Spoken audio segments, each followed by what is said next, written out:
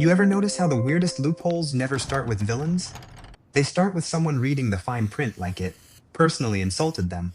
A passenger books a refundable airline ticket just to trigger a benefit, then cancels before the real economic act ever happens. A tournament player stops trying to win beautifully and starts trying to score according to the dumb little grid the organizers accidentally worshipped.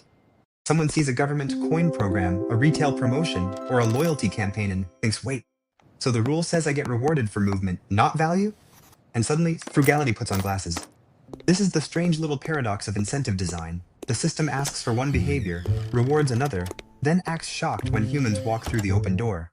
Because the subconscious does not care about the spirit of the rule. It cares about the scoreboard.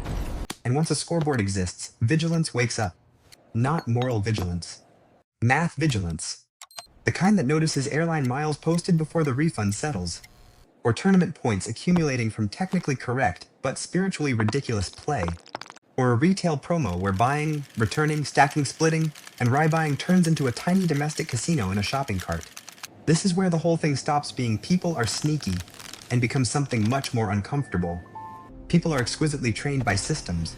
Give them a refund rule that preserves the reward after the purchase disappears. And someone will find the seam. Give them a tournament format where losing narrowly is better than winning normally. And suddenly every player becomes a philosopher of sabotage. Give them coins distributed at face value with side channel rewards attached. And the program accidentally stops being distribution. It becomes extraction with postage. And yes, it sounds absurd. But absurdity is often just policy design with its socks showing. Behavioral economics has been whispering this for years. Humans do not respond to what institutions intended. They respond to what institutions measured, priced, punished, delayed, reimbursed, refunded, ranked, and applauded. That is why these exploits feel so psychologically sticky. They are not random hacks. They are tiny case studies in control. A person looks at a bloated, confusing, expensive world and discovers one place where the rules are finally predictable. Not fair. Predictable. And that difference matters. Because when the broader environment feels unstable, even a dumb loophole can feel like a clean kitchen drawer. You open it and everything has a place. Now compare two people inside the same system. One person reads the airline policy and sees transportation. The other sees timing windows, cancellation rules, mileage triggers, upgrade thresholds, refund classifications, and customer service scripts that can be nudged like a loose cabinet door. One person enters a tournament and sees competition. The other sees scoring incentives, bracket math, tiebreaker distortions, and the hilarious possibility that trying your best is actually a financially irresponsible strategy. That is the deeper emotional engine here. Rule exploitation is often sold as greed, but underneath it is frequently a craving for local certainty. A tiny private climate control system in a world that keeps changing the thermostat. The person is not necessarily trying to destroy the institution. Sometimes they are trying to feel, for 12 delicious seconds, that reality can be understood. That if they study the receipt, the fare code, the promotion calendar, the loyalty tier, the coin shipment rule, the tournament sheet, they can finally stop being dragged around by invisible hands. That is the locus of control hiding under the spreadsheet. Outside, everything is too big. Inflation, pricing games, corporate opacity, government paperwork, platform algorithms, customer service purgatory. Inside the loophole, the room gets small. The rules fit on one page. The reward appears. The autopilot clicks in. And the person thinks, here, at least I know where the lever is. And this is where the comparison gets deliciously uncomfortable. Because the person hoarding points, miles, promo codes, refund windows, and loyalty tiers looks nothing like the person burning through every offer the second it appears. One looks disciplined. The other looks chaotic.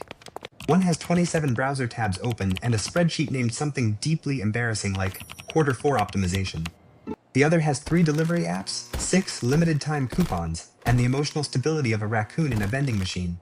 Underneath, the operating system is often the same. Anxiety looking for a costume.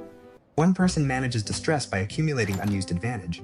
The other manages distress by converting every available advantage into immediate relief. Same wound. Different receipt. The saver says, I am safe because I still have options. The spender says, I am safe because I turned the option into a feeling. Both are trying to escape uncertainty. Both are negotiating with the same invisible pressure. And both can become trapped inside the paradox. The reward was supposed to improve life, but now life is being organized around protecting the reward. This is when the exploit stops being clever and starts getting socially expensive. Because other people do not live inside your private rule matrix. Your friend sees a dinner plan. You see loyalty categories, card multipliers, minimum spend thresholds, refund policies, restaurant promos, and whether the booking app stacks with the airline dining portal. Your partner sees a vacation. You see fare classes, cancellation windows, hotel credits, mileage runs, status extensions, and a small nervous system opera about whether booking Tuesday at 1:17 a.m. might save $43 and preserve lounge access. Nobody knows whether to hug you or unplug the router. And the tragic part is, you are not necessarily being selfish.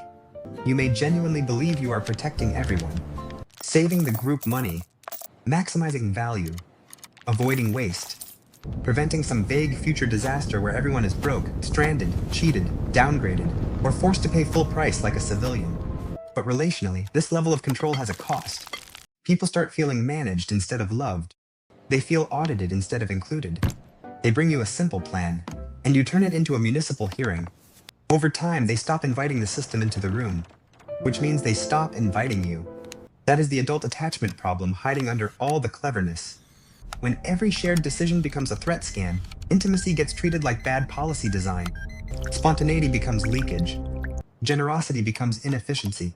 Trust becomes a weak control environment.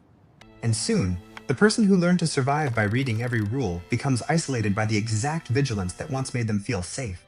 The loyalty program gives them platinum status. Their relationships give them distance. Brutal trade. And yes, institutions deserve blame here too. Because many systems practically train this behavior, then act personally betrayed when users learn the choreography. Airlines create opaque fare rules and gamified status ladders. Retailers build promotions with trapdoors, exclusions, artificial urgency, and refund edge cases. Tournament designers reward metrics that sometimes drift away from actual excellence. Governments launch distribution programs where the intended civic behavior gets quietly replaced by reward arbitrage. Customer loyalty teams obsess over engagement numbers until loyalty becomes a hamster wheel wearing a name tag. So when users exploit the mismatch, they are not falling from the sky as moral defects. They are answering the system in the language the system taught them. Still, the irony remains. The person may be surrounded by abundance and still feel artificially depleted. Miles in the account, credits on the card, coupons in the app, refunds pending, coins circulating, status secured, promos stacked. And somehow the body still whispers, not enough. That is the old defensive protocol calcifying. The nervous system keeps acting like every unclaimed benefit is a loaf of bread in a famine. Every missed points opportunity feels like leaving money on a burning table. Every badly designed rule becomes a tiny emergency. And the more the person wins, the more the autopilot asks for another win. Because the system was never just about value. It was about relief. That is why these incentive exploits matter far beyond airline tickets, tournament scoring, coin programs, retail promos, or loyalty dashboards. They reveal the hidden contract between human behavior and institutional design. Measure the wrong thing, and people will optimize the wrong thing. Reward symbolic movement, and people will move symbols. Preserve benefits after refills, and people will separate benefit from purchase. Rank outcomes badly, and competitors will chase the ranking instead of the purpose. Promise loyalty points for activity, and eventually activity becomes a little performance of loyalty without the emotional substance. The rule says, do this. The reward says, actually do that. The subconscious, that little accountant in the basement, says, lovely, we follow the money. So yes, the exploit is clever, but it is also diagnostic. It shows where the design is misaligned, where the reward is detached from the intended action, where policy pretends humans will honor a spirit they were never paid to respect. That discomfort you feel right now is useful, because once you see the pattern, you cannot unsee it. Every refund rule, every tournament metric, every promotional promise, every loyalty dashboard becomes a question. What behavior is this system actually rewarding? Not what it claims to reward. Actually rewarding.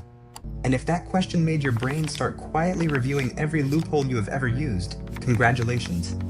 Your inner spreadsheet just coughed.